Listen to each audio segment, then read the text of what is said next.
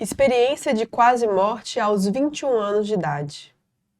Ele teve uma perna amputada e essa experiência mudou sua vida completamente. Se você está curioso para saber sobre esse caso, fique conosco após a vinheta.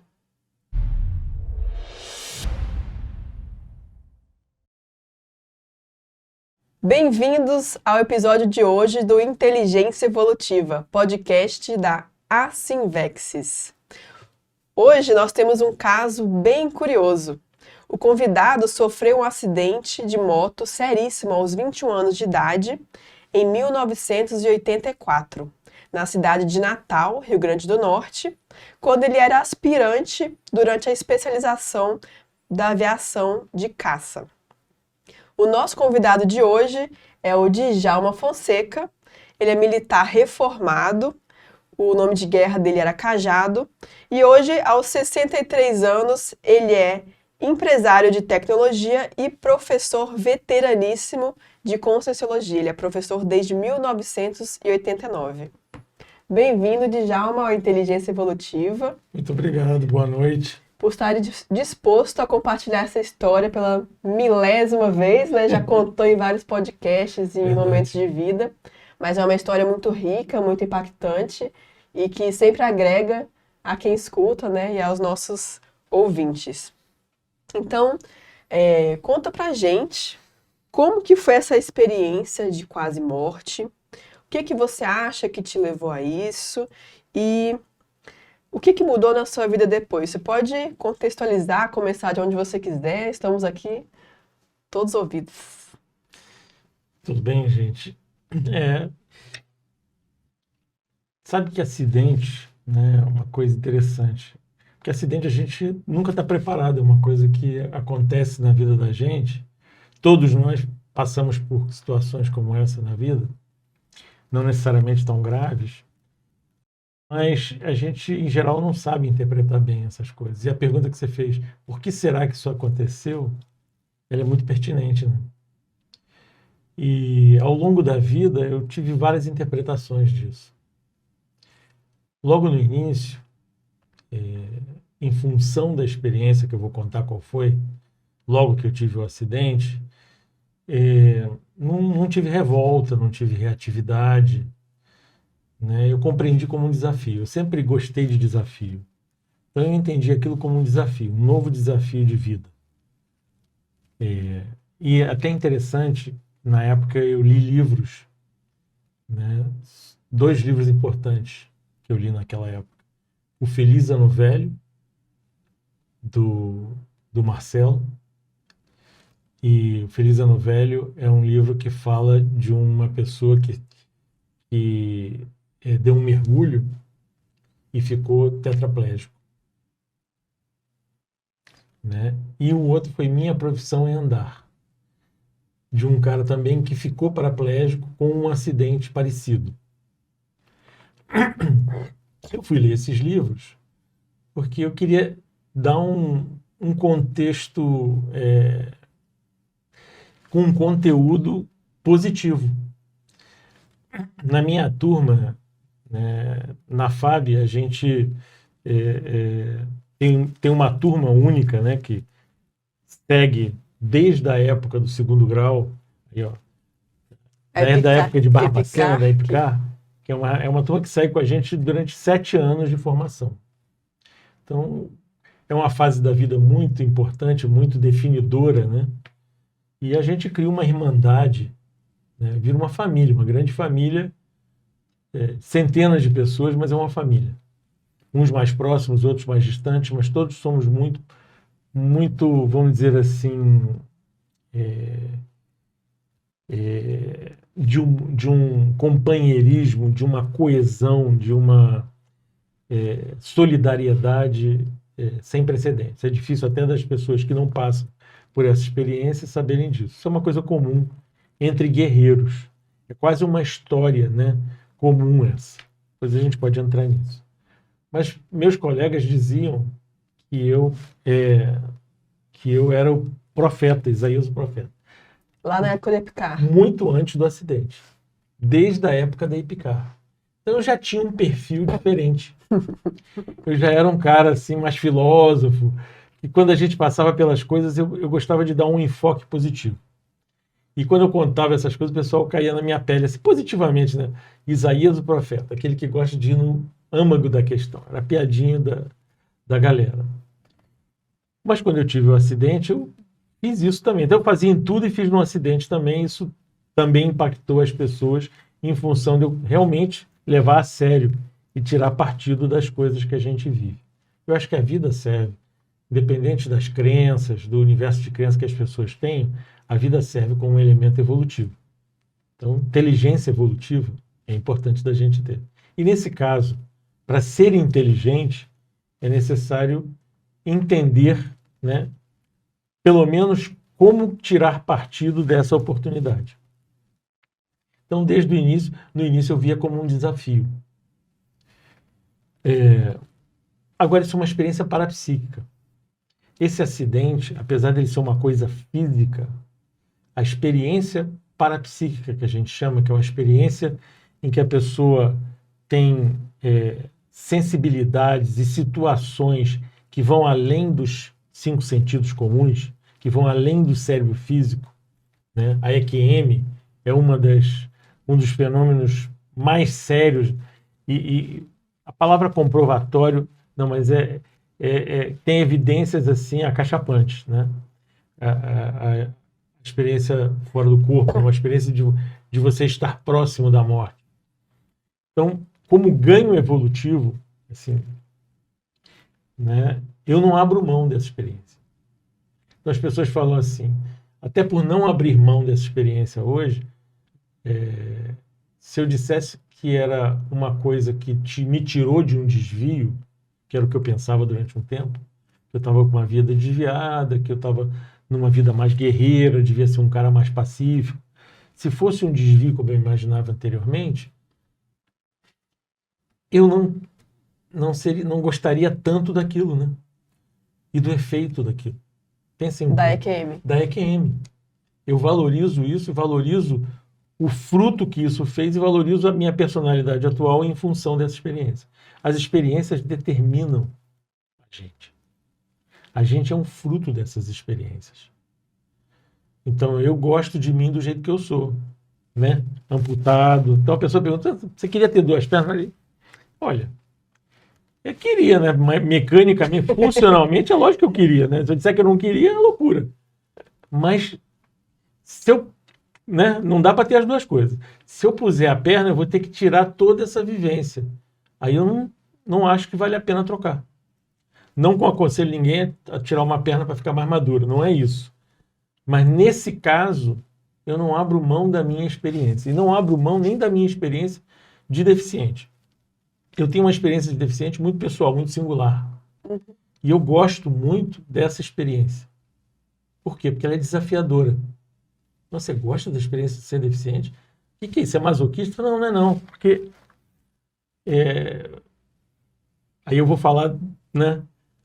A oportunidade de ser deficiente me ajuda em aprender a ser humano.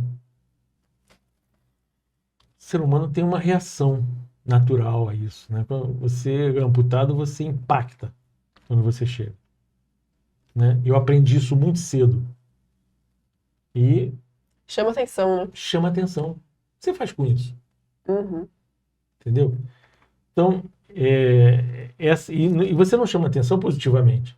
Você não chama atenção porque você é bonito, né? Se eu fosse a Gisele Bündchen, onde eu andasse, todo mundo ia olhar para mim.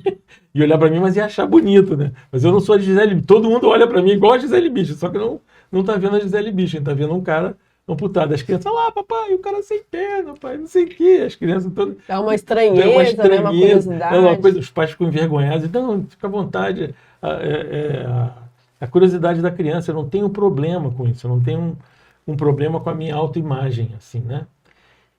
Isso é impagável, você superar o problema da autoimagem. E as pessoas podem olhar para você e pensar o que elas quiserem, mas aí é impagável, gente, pensa um pouquinho, né? É uma liberdade interior enorme. Quanto tempo você gasta preocupado com a sua autoimagem? Da sua vida? Quando eu fui liberado dessa necessidade, isso é uma libertação. Quando eu fui liberado dessa necessidade, eu pude usar toda essa energia para uma outra função. Então, só aí eu já justifiquei. Eu tenho muitas justificativas. Eu estou usando uma outra que eu quase não falo, né? Sim.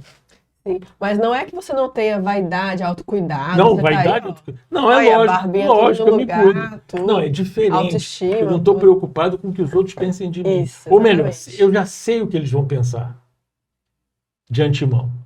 E eu sei que eu não sou só aquilo. Eu não sou aquilo. Ou também não vou me preocupar com isso, entende?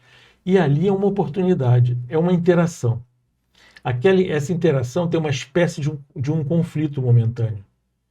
E é um momento em que a pessoa ela reage naturalmente. Então, esse momento ele tem um elemento importante. Se na minha energia tiver uma informação, aquele impacto permite que a minha energia chegue na pessoa. Ela acopla com você, né? Ela acopla comigo. Porque ela olhou, ela vai, aí eu consigo chegar. Poxa, tem coisa melhor do que isso? Não importa se é bom ou se é ruim, né? Um profissional de marketing vai entender bem o que é isso. Aquele 1 minuto da atenção do seu cliente.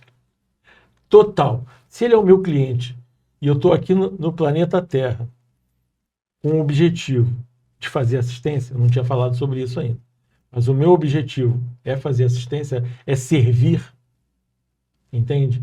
E servir assistencialmente, vou explicar depois o que é servir assistencialmente, né? Atender as pessoas do ponto de vista interassistencial. Quando eu explicar o fenômeno, eu volto nesse processo do interassistencial. Segura aí que eu vou falar sobre isso. Mas já dá para entender a oportunidade que a gente tem e o mecanismo todo a partir daí com a minha vida. Mas a EQM foi muito mais do que isso. E aí eu vou falar um pouco do fenômeno para isso ficar mais claro do efeito e aí vocês entenderem a função e a aplicabilidade na minha vida. Então, eu tive gangrena gasosa. Eu estava também esses dias pensando assim, não são muitas EQMs, eu li muitas EQMs, vi muitas EQMs, a minha EQM é um pouco diferente. Não sou melhor nem pior do que ninguém, mas ela tinha uma função, entende? É uma função específica dela. E aí vou explicar que tipo de função que é essa.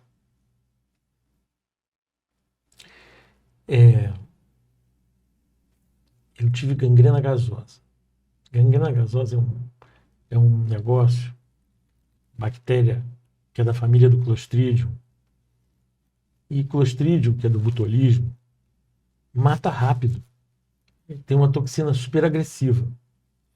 E a gangrena gasosa, essa bactéria, ela vive de tecido, ela come o tecido. Então ela se desenvolve dentro do tecido e quando ela vai se desenvolver, ela é anaeróbica, se desenvolve por dentro do tecido e cria umas bolhas, por isso que é a gangrena gasosa.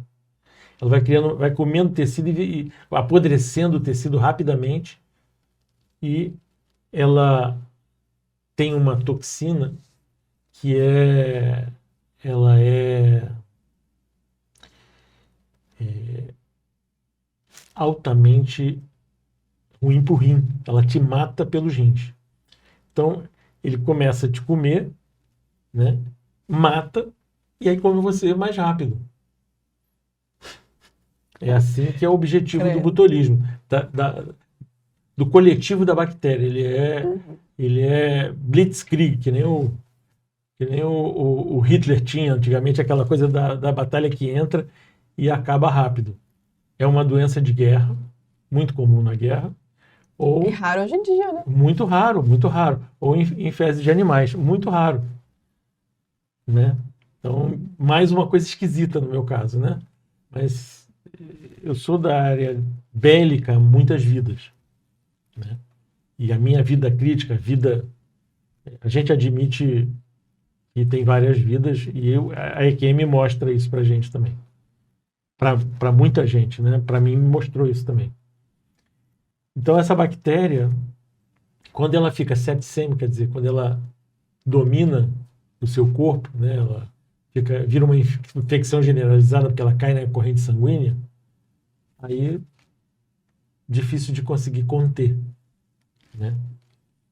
Uma das coisas que ajuda, um dos tratamentos possíveis é uma câmara hiperbárica, porque você põe uma quantidade de oxigênio muito grande, então você reduz a velocidade de desenvolvimento, você põe o paciente dentro da câmara hiperbárica, mas a câmara hiperbárica que a gente tinha no Rio de Janeiro era da Marinha e ela estava indisponível.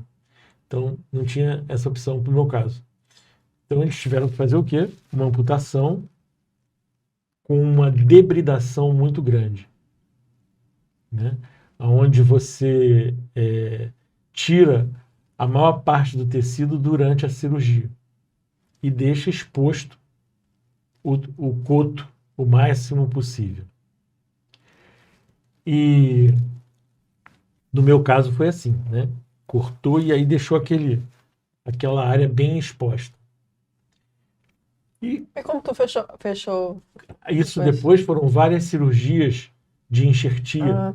Inclusive, depois nos Estados Unidos foi feito um pedículo, né, que chama. Você corta só uma ponta do músculo e gira o músculo para onde você quer. Você corta uma ponta e você gira o músculo. Então eles cortaram uma ponta, giraram o músculo, cortou uma ponta do reto abdominal, esse lado aqui, e girou ele para colocar no coto.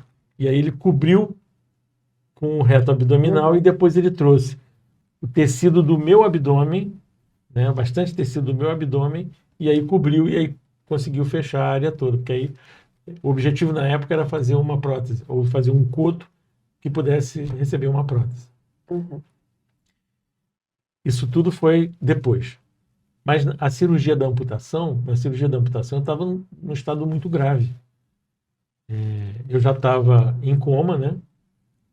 Entrei em coma. Eu descrevo o coma bem porque a gente na aviação está muito acostumado com o fenômeno da hipóxia, que é a falta de oxigenação cerebral, principalmente quem voa com muito G ou quem voa a grande altitude. As duas coisas fazem com que a gente tenha muita experiência com esse tipo de coisa. A ausência de oxigenação cerebral. Hipóxia é isso, a ausência de oxigenação cerebral. Vai diminuindo o oxigênio e a gente vai tendo algumas reações. E a gente é obrigado a conhecer as nossas próprias reações com hipóxia. Tem até treinamento para isso, com câmara de baixa pressão, para a gente poder saber o que acontece, porque em voo, se isso acontecer, você precisa tomar uma ação rápida antes de você perder os sentidos, porque, eventualmente, com falta de oxigênio, você vai apagar. Então, uma das questões é que eu realmente devia estar entrando em hipóxia. Meu coma deve ter sido por isso, justamente pelos sintomas que eu tive, né? Você vai perdendo a visão periférica, fica com a visão em túnel, aí depois a visão acaba, mas você continua escutando, né? Aí depois a audição vai ficando longe, assim, aí chegou uma hora que perdi o contato com o mundo físico. Perdi o contato com o mundo físico, dá um certo alívio, uma sensação de alívio. Ao mesmo tempo, naquele momento, assim, uma revisão muito rápida da minha vida, né? A gente chama de visão panorâmica, mas no meu caso não teve visão. Foi uma revisão panorâmica. Eu voltei a rever, do ponto de vista de reanalisar todos os meus pensamentos, sentimentos e energias que eu tive, assim, uma coisa da minha manifestação, os encontros humanos. É como se não sobrasse nada, sabe? Repassei tudo. Em sentido ao contrário, né? Daquele momento para trás. Ele não foi no sentido normal. É como se eu fosse voltando a fita, sabe? E muito rapidamente. A sensação é que estava tudo gravado, né? Igualzinho quando a gente volta a fita. Só que volta a fita numa velocidade, se você comparar com o YouTube, numa velocidade 32 vezes, ou mais, muito mais, né? Porque por 21 anos deve ter demorado alguns segundos, muito mais. 32 mil vezes. E aí aquele negócio, né? E é intenso. e te faz entrar num estado de aprofundamento na sua experiência de vida. E aí é como se eu tivesse tido ali, eu estava consciente que eu tive mais uma vida. E o que eu fiz com aquela vida? Minha primeira reflexão foi assim, puxa, eu desperdicei, foram tantos encontros importantes, né, na minha vida, e eu meio que banalizei os encontros, não aproveitei bem esses encontros, sabe? Não fiquei assim chateado, mas fiquei seriamente reflexivo com aquilo ali, né? E aí eu já estava imaginando que eu não ia ter mais oportunidade. Você diz os encontros do dia a dia, da convivência. Todos os encontros humanos. Coisas simples. Das coisas mais simples. Entende? Tanto as que você convive, quanto as que você encontra assim, né? Então, eu estava vivendo a vida de uma maneira natural, mas eu já poderia ter uma outra abordagem com a vida, né? A minha essência já tinha maturidade bastante para entender a vida de uma forma diferente, né? Então, já era o profeta Isaías, né? É o profeta Isaías, pô. Já tinha mais maturidade. Você encarou com muita maturidade, né? Esse processo. Eu tinha 21 anos, mas foi com muita maturidade. Realmente foi. Naquela época foi com muita maturidade. E aí, mas é que a experiência em si, eu vou falar sobre a experiência, vocês vão ver como ela é acachapante. E você vê, essa experiência só da revisão, o que trouxe, entendeu? E aí, naquele momento, naquele estado de expansão, porque você fica numa espécie de expansão, mas é uma expansão para dentro. Não é uma expansão que amplia para fora, é uma expansão para o seu íntimo. Sabe? Como se você tivesse mergulhado no seu íntimo. E aí, duas outras consciências naquele mesmo estado de reflexão junto comigo, parece que eles mergulharam junto comigo, sabe? Acoplados junto comigo naquele mergulho. E aí eles viram tudo junto, assistiram o documentário junto comigo. Aí eles intercederam, né? Eu não tinha percebido que eu não estava sozinho. Aí quando eles intercederam, e essa intercessão é uma intercessão sem palavras, não tinha língua, é uma intercessão numa comunicação basal, direta, sem barreira. É como se a gente tocasse um ao outro assim, e aí já sabia tudo. Toque, tum, toca de novo, tum. É aquele bloco enorme de informação. Tipo assim, nossa, a gente está satisfeito com o resultado da sua vida. Era isso a ideia que veio. Muito mais coisa dentro disso. A satisfação assim mostrava os efeitos. Ele me fazia pensar sobre os efeitos. Mas não veio nenhum pensamento local, mas assim, ele mostrou um outro resultado, né? E aí ele falou assim, quer ficar ou quer ir embora? Quer viver, né? Aí eu, naquele estado, falei, vou lembrar disso aqui. E naquele estado ali, se eu lembrar, eu não lembro de ter tido uma vida que eu tinha lembrança daquele nível de estado, daquele nível de lucidez, de maturidade, de olhar a minha vida daquela perspectiva. Se eu tiver a chance de olhar a minha vida dessa perspectiva, eu quero viver. Entende? Para mim isso era mais importante se eu ia vir com 8, 15, 20 pernas, ou nenhuma, ou nada, só com a cabeça, né? Estava preocupado com isso, ali naquele momento. Isso tudo ficou muito pequenininho, sabe? Isso tudo ficou relativamente pequeno. Aí eu falei, então você vai lembrar, então vou voltar. E aí eu não lembro de muita coisa depois que aconteceu. Eu lembro da volta. A volta foi muito marcante. Depois dessa experiência da EQM, você falou que ia voltar, aí você não lembra? Eu não lembro, alguma coisa aconteceu. Eu continuei em coma, porque eu demorei 18 horas. E se eu fosse pensar em tempo, porque o tempo flui diferente, né, nessas experiências. Mas isso deve ter demorado, sei lá, entre ida e volta que eu lembro, se desse 10 minutos, assim, para exagerar, é muito. Deve ter sido 1 minuto. 1 minuto. Entendeu? Então, o tempo é uma coisa muito relativa. E aí, no retorno, era assim, eu estava com uma expansão muito grande. Essa expansão assim cósmica, eu estava num estado assim de interação com o cosmos.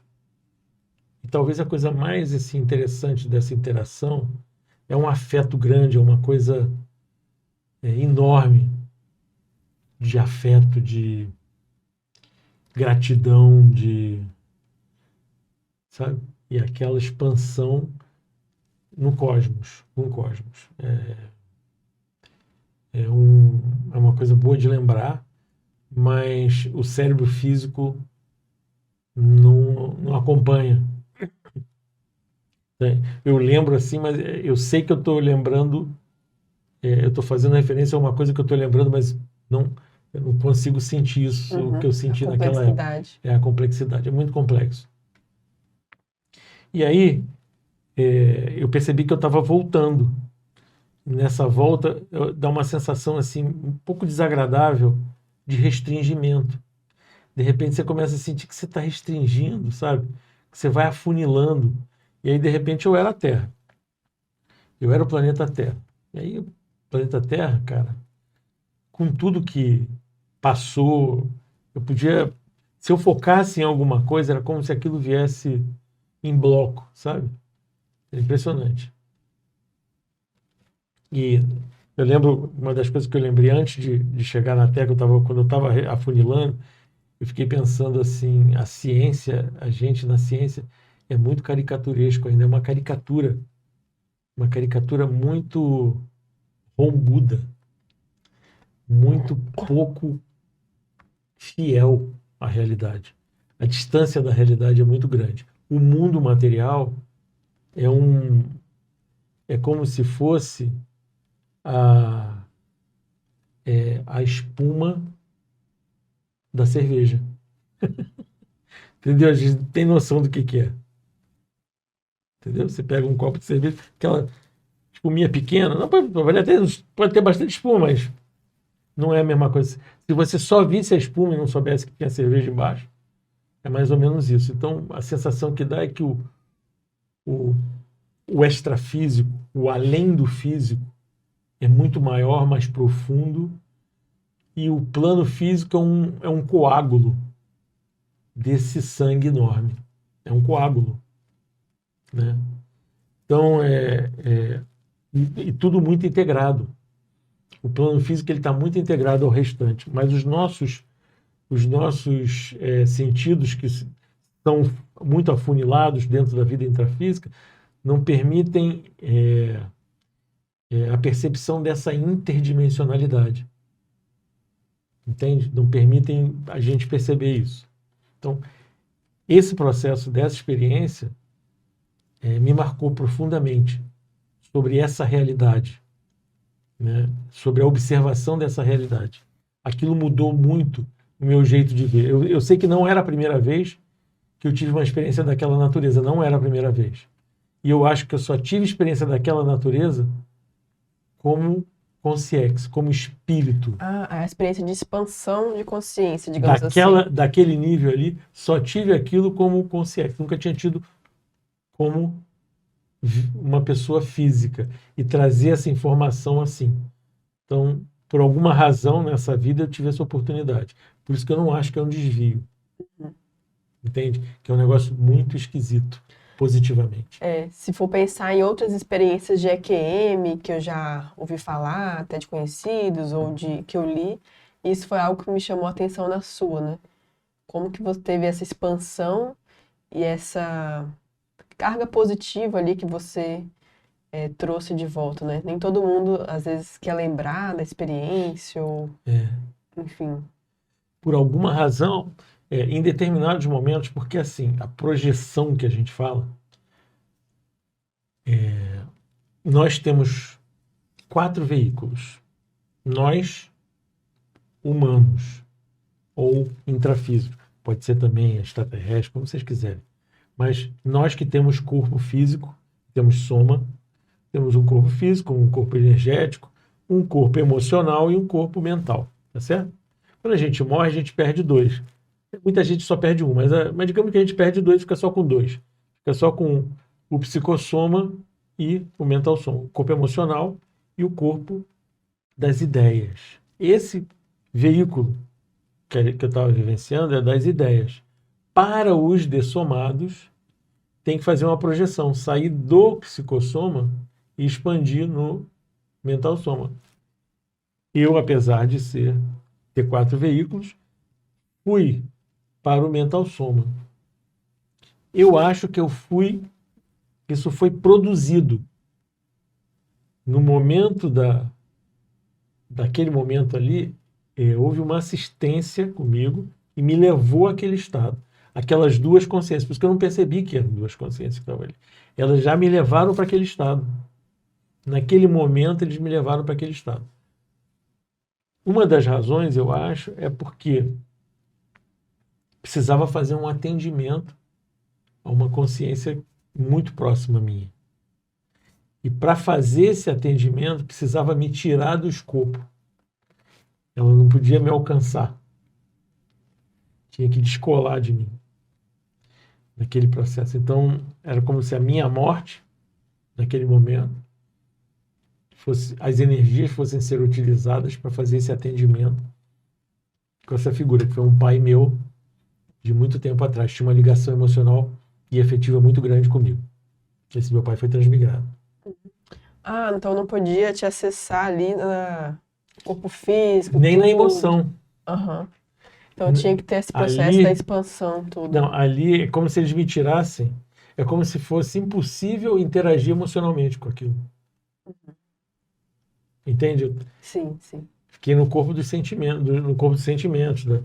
Então, isso é uma das hipóteses que eu tenho para essa experiência ser dessa forma.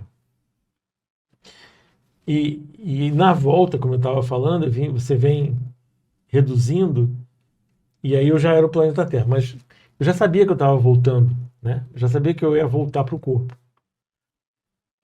E quando era do planeta para o hospital, eu fui entendendo tudo, eu fui entendendo o que tinha acontecido, o que tinha sido o momento da minha cirurgia, as discussões, os desentendimentos e os entendimentos, os sofrimentos das pessoas. Sabia que meu pai não estava no hospital naquele momento, que ele já tinha estado lá. Mas seus pais moravam no Rio, né? Meus pais moravam no Rio, e eu estava no Rio. E minha mãe, eu estava no Rio, porque eu fui transferido, isso é importante de entender. Meu acidente foi em Natal, e isso foi de sábado para domingo.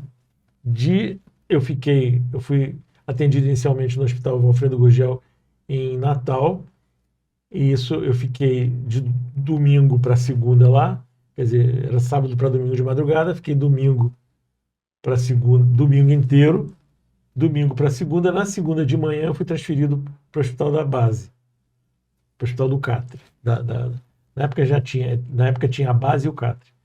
Aí foi o Hospital da Base. No Hospital da Base, eles fizeram uma nova cirurgia. Eu tinha feito uma cirurgia já de redução, fratura exposta, né, do fêmur, no primeiro terço.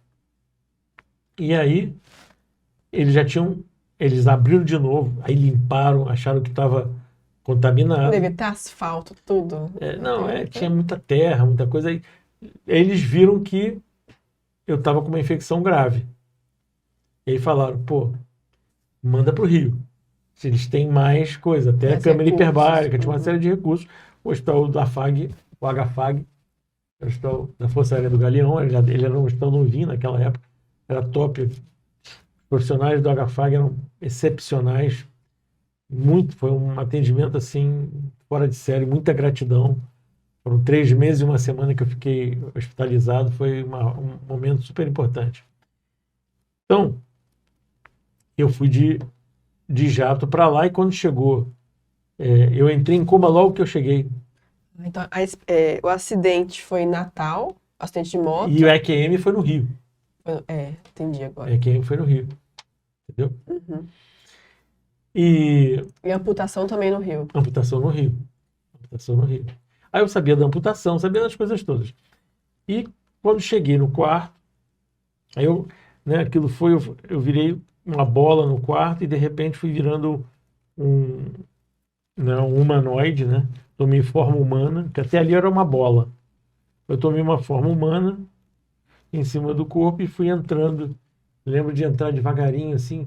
Engraçado é que eu entrei. Então, todas as projeções que a gente tem, a gente volta rápido, né? Às vezes dá uma sensação de queda, assim. Dessa vez eu entrei devagarinho, assim, sabe? Que meu corpo estava debilitado, então estava fácil de entrar e sair. Eu fiquei muito descoincidente naquele negócio. Então eu entrei devagarinho no corpo. Mas eu ainda estava com aquela expansão enorme. Então, eu entrei no corpo, a posição da minha cama, porque era o quarto, ele tinha sido feito, eu não sabia, quer dizer, eu não sabia. Eu sabia que era uma UTI, sabia que aquilo tinha sido preparado, né, especificamente para aquilo ali, né, mas eu não tinha noção, né, depois é que eu me dei conta que da posição que eu estava deitado, eu não conseguia ver, né? Mas eu via naquela hora, porque ainda estava muito descoincidente, então eu estava com a visão meio 360, eu via do lado aqui assim, e via além da barreira que eu estava vendo assim. Eu falei, como é que eu conseguia ver o cara ali? Depois eu fiquei, sabe, me perguntando ali no quarto, levantava a cabeça, abaixava, coisa esquisita, o ângulo de visão não dava para ver. São coisas da experiência depois, né? Então eu entrei e aí o Barreiros levanta, né? Eu fiquei sabendo o nome dele, eu não conhecia ele, mas eu sabia o nome, nunca mais me esqueci. Era um enfermeiro? Era um enfermeiro. Aí é um intensivista ele. Enfermeiro de UTI. Aí ele veio, né, na hora ele dá para sentir que ele estava preocupado, que ele não queria que eu morresse, nem acordasse na vez dele, né? Porque ele sabia que eu estava indo comer, ter que contar, né? Pô, o cara, você foi amputado, não sei o quê. Né? Quem que ia contar era ele, né? Porque ia cair na mão dele. Aí ele veio na minha direção, né? Quando ele estava chegando perto, eu falei, Barreiros. O cara tomou um impacto. Eu falei, pô. Falei, ô Barreiros, tudo bem? Ele, será que esse cara me conhece? Eu senti, falei, esse cara me conhece? De onde que ele me conhece? Quem sabe meu nome? Ele não perguntou por que eu sei o nome dele, não. Aí chegou lá, oi. Aí eu falei, Ele falou, olha, eu tenho que te explicar. Eu falei, não, pode ficar tranquilo. Eu sei de tudo, pode ficar tranquilo que eu sei de tudo. Mesmo assim, ele continuou falando, entendeu? Uhum. Ele acho que tinha treinado. Tem o protocolo, tudo. Ele tinha treinado, ele continuou falando. Eu falei, ó, tranquilo, cara, fica tranquilo. Eu preciso falar com a minha mãe. Ela tá no hospital. Eu falei, eu sei, ela tá aqui no hospital. Poxa, mas eu não sei qual é o ramal que ela tá. Eu falei, mas eu sei. Aí, dele discar o ramal, ele discou, eu peguei o telefone e falei, e aliviei mamãe. Eu sempre falo isso porque na vinda eu percebi que a minha mãe estava tensa por ter autorizado, né? Teve que assinar, autorizar a minha amputação. É muita aquela responsabilidade. coisa toda, muita responsabilidade. Porque ela podia imaginar que eu chegar, pô, por que você fez isso? Deixava eu morrer, pô. Por que eu vou ficar vivendo com uma perna só? Que horror, que não sei o quê, que eu não quero viver essa vida assim. Imagina, a pessoa pode ter qualquer reação, é uma coisa terrível ter que autorizar a amputação. Ter que autorizar a amputação do seu filho. E aí, deu aquele alívio, eu senti o alívio da minha mãe, né? E ela veio para me atender. Então, essa experiência com essa visão multidimensional ou interdimensional, aquilo ficou muito marcado. E uma das coisas sérias que eu mexo até hoje, muito seriamente, assim, é recuperação de cões. É você ser mais você. Ser mais você, espírito, consciência, essência. Mas para a gente ser mais a gente, precisa ser parapsíquico. E quando você acessar além do cérebro, tem parapsiquismo. É um parapsiquismo diferente, que ele é para dentro. Uhum. Que é parecido com o que eu estava te falando. Minha QM foi assim. Esse estímulo, ele vem me desde aquele momento, é como se tivesse ligado um motorzinho em mim, que eu venho paulatinamente, continuamente, acessando mais a minha realidade. Porque, apesar de, você ver, 21 anos, meu cérebro não estava totalmente formado. Então, ele tive mais 5 anos para terminar de formar meu cérebro. E ele não ficou normal. Né? Eu tenho noção que eu não sou normal. Né? Não estou dentro da curva de Gauss, assim, estou fora da curva, estou num negócio esquisito.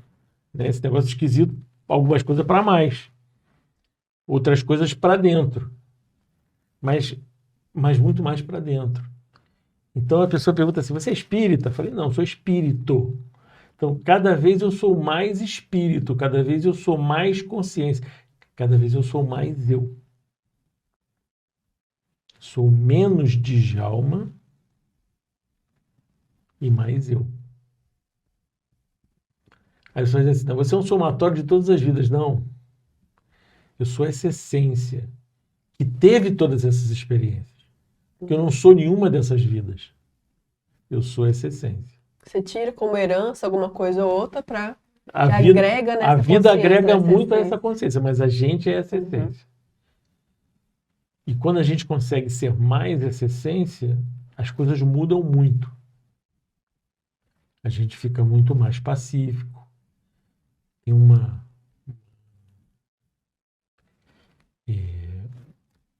um interior, a gente tem um interior mais rico, mas altamente silencioso. Né? Olha só, o ambiente parece que imperturbável. Fica entendeu? Por que isso? Isso é o meu interior. Quando eu falo do fenômeno, eu não evoco uma coisa externa. Eu evoco uma coisa interna. Quando a gente fala assim, parapsíquica, não, então eu evoquei fulano, não, eu evoquei o meu espírito. Entendeu a diferença? Eu não evoquei o outro espírito lá para cima, eu evoquei o meu. Aí ele sobrepuja. É como se o meu paracérebro ficasse ativado. Entende? Então eu passo a ser mais... É como se eu entro numa espécie de descoincidência de paracérebro. Aí vocês vão agora entender o que eu quis dizer lá no início. Passei 3 meses no hospital. Se eu contar as coisas que eu vivi, vocês vão... Mas como eu estava assim, nesse estado que vocês estão vendo agora, quando eu entrei no corpo foi assim, entrei no corpo aquele silêncio. E foi por causa da experiência. Agora, é como se aquilo era uma experiência que alguém fez comigo. E agora eu dominei isso. É como se eu me assenhorei da experiência. Eu consigo reproduzir. Eu consigo reproduzir. Entende? São 42 anos. E não é nada para uma consciência. É 1 milissegundo. Desde o acidente. Desde o acidente são 42 anos. Eu tinha 21, 42. Então, eu já tenho o dobro de vida que eu tinha quando eu tive o acidente. O que é interessante é que esse acidente lá em Natal, ele foi algo muito impactante na sociedade, né? Então, quem vivia no Catre naquela época, todo mundo sabia, todo mundo sabe. Do aspirante Cajado, que teve um acidente de moto com um colega. Isso. E amputação da perna. Então, ficou um negócio que mexeu, assim, com muita gente. E no Rio, você comenta que teve muitas visitas, né? Não sei se foi quando estava em coma ou nesses 3 meses. Depois, ao longo desses 3 meses, a gente registrou, assim, quase 2.000 visitas. Mas de pessoas conhecidas ou de curiosos? Não, conhecidas. Todas conhecidas. Gente, é Djalma popular, hein? Que é isso? Todas conhecidas. Por quê? Aí tem uma série de coisas para você entender. Só na FAB... é gente pra caramba. Só na FAB, era uma quantidade grande. Na Epicar, a turma é enorme. A minha turma tem 400. Na AFA, acho que reduz um pouco, né? Não reduz, mas assim, é muita gente, né? E naquela época, eu participava de uma religião japonesa e eu era conhecido no Brasil inteiro. E as pessoas foram muito me visitar. Por que você dava aula disso? Isso é uma outra coisa. A base é Zen, né? Então, eu já mexia com isso desde os 16 anos também. Com essa base Zen. É a instituição religiosa da perfeita liberdade, que chama. Perfect Liberty. Uma religião já, até por isso que eu falo japonês. Mexe com evolução, mexe com evolução, mexe com autoconhecimento, com autoexpressão, entendeu? É uma coisa para dentro. Mas por que você era conhecido? Por que eu era conhecido no Brasil inteiro? Porque tinha um movimento. Parte eu não sei. As pessoas não sabem. Tinha um movimento de juventude, da juventude, e eu fui ficando. Eu era um jovem ativo. Eu comecei a ter liderança, a ter muita liderança nas coisas que a gente fazia, sabe? E aí eu comecei a ficar conhecido no Brasil todo. A gente ia... O pessoal ficou sabendo do... porque tinha atividades que reunia o pessoal do Brasil inteiro. Então, aí, você vê, eram muitos adeptos no mundo, no Brasil. Então, muita gente veio. Agora, era interessante que as pessoas vinham me visitar. Tinha uma amiga repórter, que até ela veio, né? Uma cabeça muito boa, né? Aí chegou lá, ela falou assim, eu vim subindo aqui pensando no que eu ia falar para você, para te ajudar, né? Aí sentei aqui, começou a falar, e eu estou ganhando. Você chegou aqui, muito esquisito isso. Ela falou, eu vim aqui para te ajudar. Eu falei assim, pois é, mas agora o momento é o contrário, é um momento de expressar o que eu estou ganhando. A experiência foi muito assim profunda, né? Foi muito modificadora. Eu não me esqueço, a minha psicóloga também, eu dei trabalho para minha psicóloga. Porque ela falava assim, não, peraí, você não tem medo de morrer? Eu falei, não, agora, olha só, depois da experiência eu perdi completamente o medo de morrer. Mas você quer morrer? Eu falei, não, mas o que uma coisa tem a ver com a outra? Como assim? Vem cá. Perguntei para ela.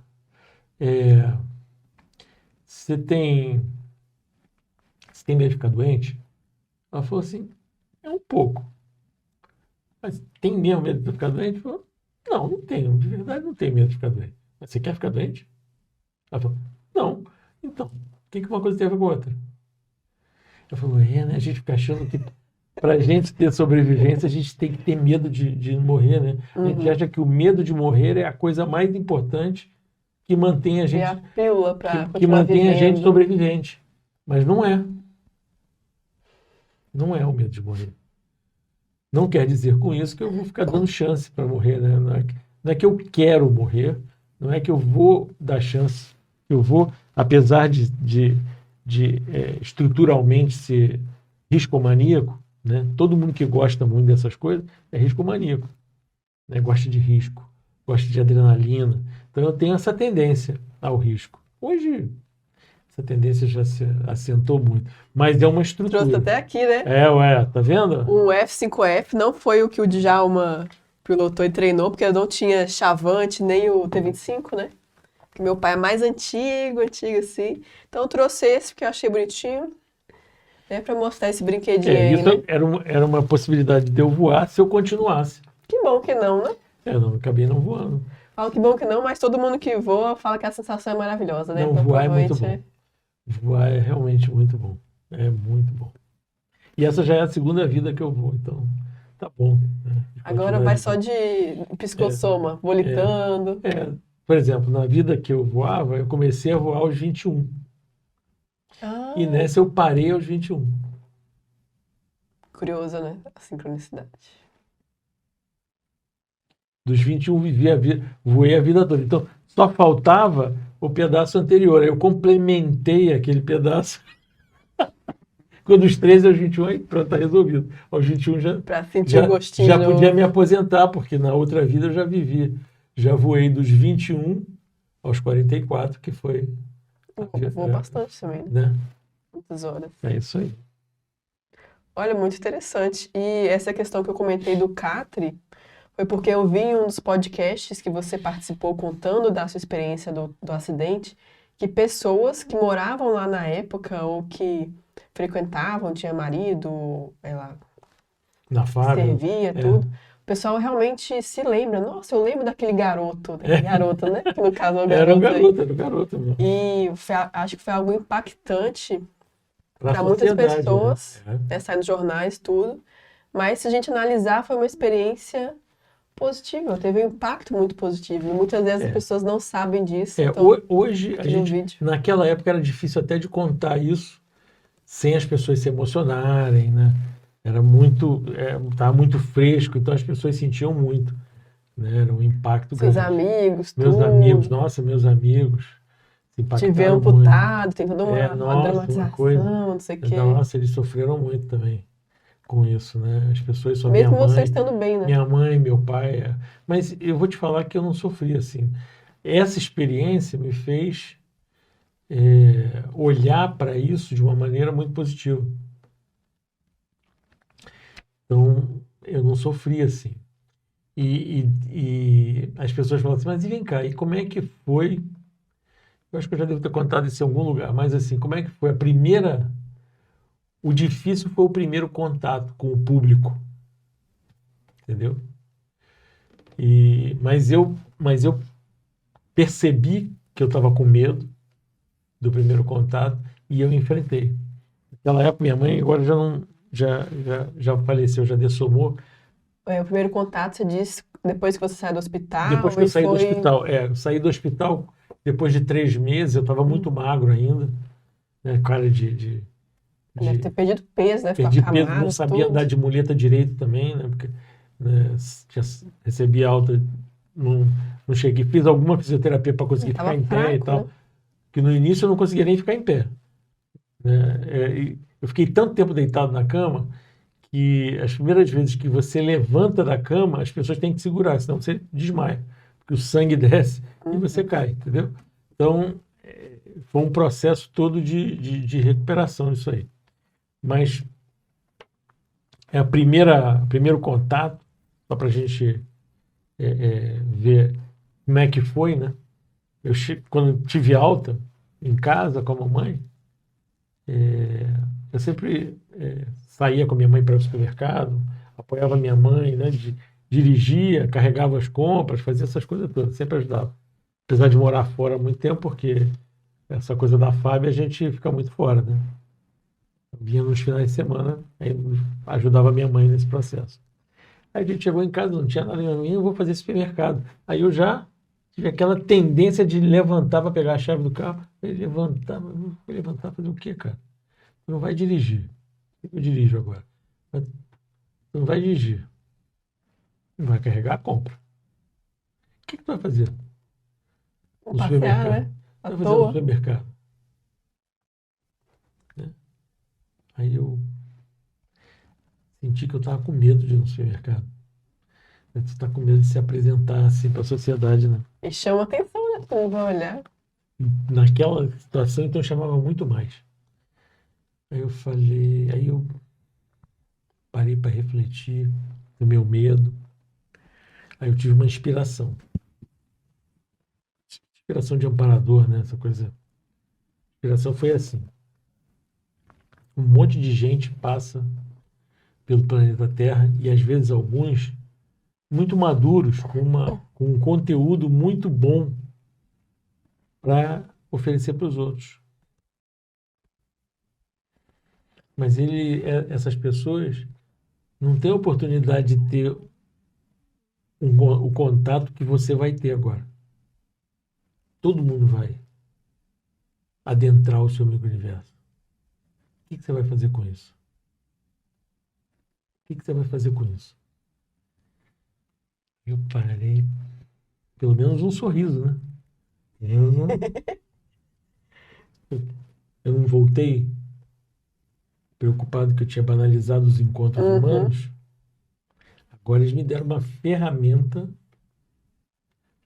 que impede de banalizar os encontros humanos. Então eu, naquele momento, fui. E quem conhece o Rio de Janeiro, fui no Boulevard. Cara, o Boulevard é assim, ó. E tava assim. Entendeu? Então, naquele primeiro dia, devo ter me apresentado para milhares de pessoas. E nunca mais tive medo. Já quebrou, né, aquilo. Quebrei o gelo e nunca mais tive medo. Era justamente isso que eu ia perguntar. O que você faria diferente em relação aos encontros e interações, né? Porque foi sua principal reflexão. Então, era exatamente isso. E agora não tenho mais como fazer os encontros como era antigamente. Não tem mais encontro banal. Nem que eu quisesse. E durante esses 42 anos, você foi trabalhando mais na sua intraconsciencialidade, na sua maturidade, para você trazer à tona mais esse fraternismo, essa pacificação, essa tranquilidade que você sentiu no durante o acidente, exatamente. Eu tenho feito força para trazer isso à tona de volta e compartilhar. Isso realmente é um verdadeiro estímulo. Isso, para mim, é a forma que eu tenho de fazer assistência. E acho que, pela minha experiência, você passa muito bem. Uma desdramatização, uma leveza e a alegria de viver. Parece que não existe problema, tá? Os problemas são recursos, vai ter solução, paciência, tranquilo. O que não tem solução já está resolvido. Não adianta sofrer, não adianta sofrer. Muito boa essa experiência. Vou enviar para seus colegas. Faça isso. Aquele que estava na moto com você ainda chora? Não chora nada. Não chore mais não. Inclusive, a gente escondeu as muletas ali para você assistir o vídeo, tranquilinho.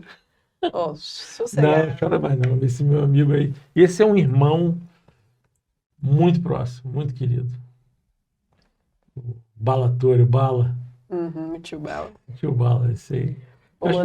Acho que você conheceu. Ele com certeza conheceu você. Eu pequena, você pequena, em várias idades, ele era muito amigo do seu pai.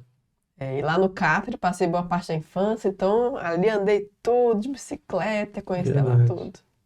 Verdade. Foi um reencontro também, né? Muitas coisas. Faz parte. Interessante. Muito obrigada por compartilhar sua experiência. Já contou esse caso em tantos podcasts, tantas situações, né? Mas a gente sempre aprende um pouco mais. Você sempre traz algum detalhe, uma faceta diferente que nos ajuda a ter reflexões, a nos inspirar, né? Sim. Frente à vida. E espero que tenha ajudado vocês também. E não acredite em nada. Tenha suas próprias experiências, não vai no bico do Djalma. Não estou falando para você ir atrás de TQM não, tá, gente? Vocês podem ter experiências e técnicas para sair do corpo, podem fazer laboratórios aqui na Consciologia ou até em casa, usar técnicas para tentar ter uma expansão de consciência, tá? Tudo prezando a segurança do seu corpo físico, tá? E, enfim, continue aí conosco. Se inscreva no canal, deixe seu like para ajudar aqui a gente e até a próxima.